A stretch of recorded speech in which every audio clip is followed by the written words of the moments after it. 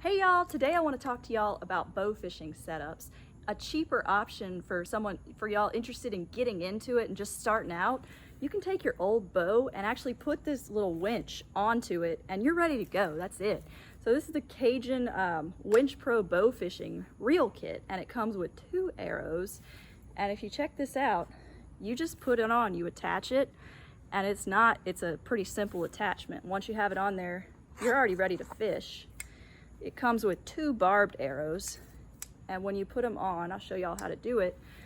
It also comes with this setup to hold your arrow, but you can also use like a whisker biscuit if you just have one for your arrow rest. That'll work too.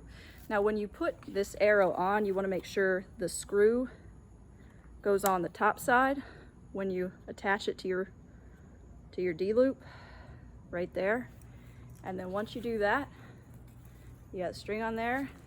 If you see this button, you're gonna push it down, and then you're ready to go and shoot your bow and then reel in your fish.